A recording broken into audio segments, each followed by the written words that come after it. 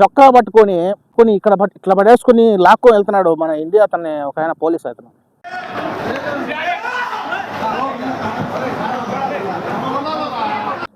అస్సలు మనం కువైట్కి ఎందుకు వస్తున్నాము? సంపాదించుకోవడానికా? ఇలా పార్టీల తరపున అలాగే ట్రోల్స్ తరపున? హాయ్ హలో నమస్తే, welcome back to our video. నేను హరినాథ్, నేను కువైట్లో ఉంటాను. నాది కొత్తగా యూట్యూబ్ ఛానల్ క్రియేట్ చేస్తాను. కింద సబ్స్క్రైబ్ బటన్ ఉంటుంది, నొక్కేసేయండి. నా ఛానల్ ఏమొచ్చేసి ఎస్వి కేడి వ్లాగ్స్. ఈరోజు మనం ఈ వీడియోలో నేను యూట్యూబ్ స్టార్ట్ చేసిన దానికి ఇదే కంటెంట్ మీద ఇది 3వ వీడియో కాబట్టి నా ఛానల్లోకి వెళ్ళి చెక్ చేసుకోవచ్చు. మొన్న ఈ మధ్య లాస్ట్ వీకో లేకుండా అంతకుముందు వీకో తెలియదు కానీ టిక్టాక్లో వీడియోస్ అయితే నాకు కంటెంట్ మండాయి. ఒకసారి వీడియో చూడండి.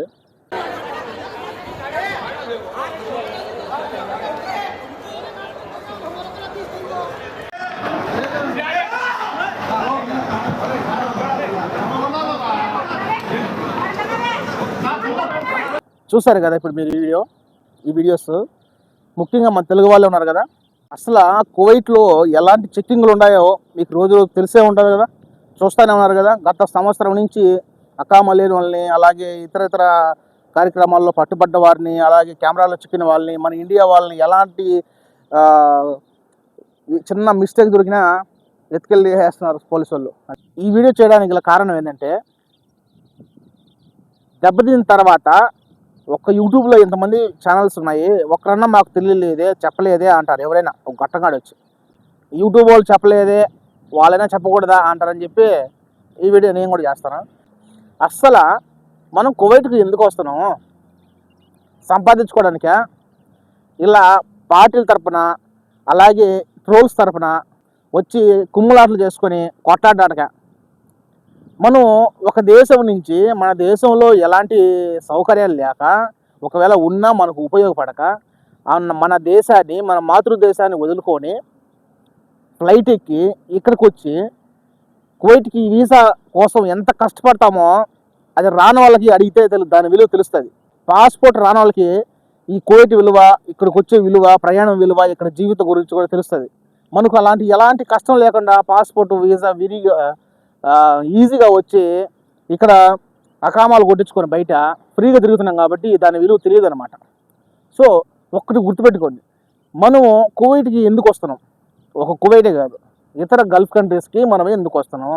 మన ఫ్యామిలీని పోషించుకోవడానికి, అలాగే మన ఆస్తులు సంపాదించుకోవడానికి, ఇంకొచ్చేసి మనం ఈ సమాజంలో బాగా బ్రతకాలని చెప్పి మన బంధాలని బంధుత్వాలని వదిలేసుకొని మన ఫ్యామిలీని కష్ట సుఖాలని పాలు పంచుకుంటూ ఇక్కడికి వచ్చి జీవిస్తున్నాం. ఏదో కొంతమందికి పని దొరుకుతుంది, కొంతమందికి పని దొరక్క ఇలాంటి పనులు కూడా చేస్తున్నారు. ఏదో రోజులైతే జరిగిపోతున్నాయి. సో ఇలాంటి సందర్భంలో మనకు పార్టీలు అవసరమా? అలాగే టిక్టాక్లో ట్రోల్స్ అవసరమా? ఎవడు ఎలా పోతే మనకి ఎందుకు? ఓకేనా? ఇప్పుడు ఈ వీడియో చూసే వాళ్ళు కూడా కాలుతుంది, కాలినా కూడా పర్వాలేదు.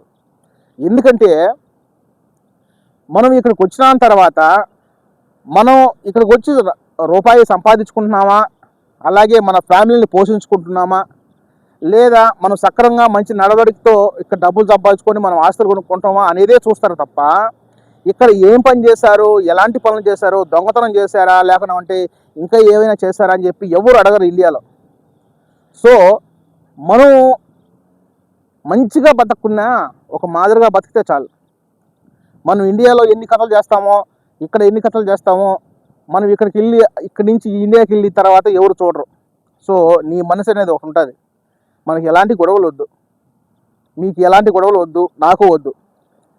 ఏదో మన ఫ్యామిలీ కోసం సంపాదించుకొని బిల్డింగ్లు మహా ప్యాలెస్ కట్టుకున్నా పూటకి గడిచిపోయి మన పిల్లల్ని అలాగే మనం మహారాజా లెవెల్లో ఉండకుండా కానీ 10 మందిలో బాగా బ్రతికడానికి ట్రై చేయండి.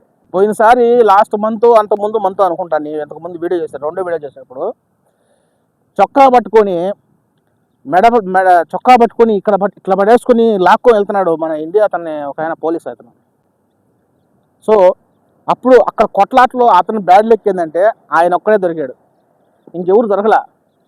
ఆ రేగి చెట్టు కాడ, మాలియాలో రేగి చెట్టు కాడ, ఇంకా పక్క సిగిల్స్ దగ్గర, అలాగే బీచ్ల దగ్గర ఇలాంటి ప్లేస్ల్లో పోలీస్ చెకింగ్ కూడా ఎక్కువ ఉంటుంది. సో అలాంటి పోలీస్ చెకింగ్ ఉన్నప్పుడు ఈ డ్రింక్ చేయడం, అలాగే ఈ విమల్ అట్లాంటివి వేసుకోవటం, ఊయటం, బ్రిడ్జ్ మీద చేసుకోవటం, ఇలాంటి బ్యాడ్ చేసుకోవటం వల్ల మన దేశానికి ప్రాబ్లం, అలాగే మీకు కూడా ప్రాబ్లం అనమాట. సో అలాంటి పనులు ఎప్పుడు కూడా చేయకండి.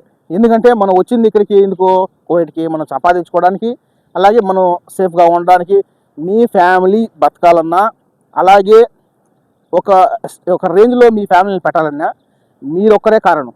మీ ఫ్యామిలీ బాగా ఉండాలన్నా నువ్వే కారణం, మీ ఫ్యామిలీ చెడిపోవాలన్నా కూడా నువ్వే కారణం. ఓకేనా?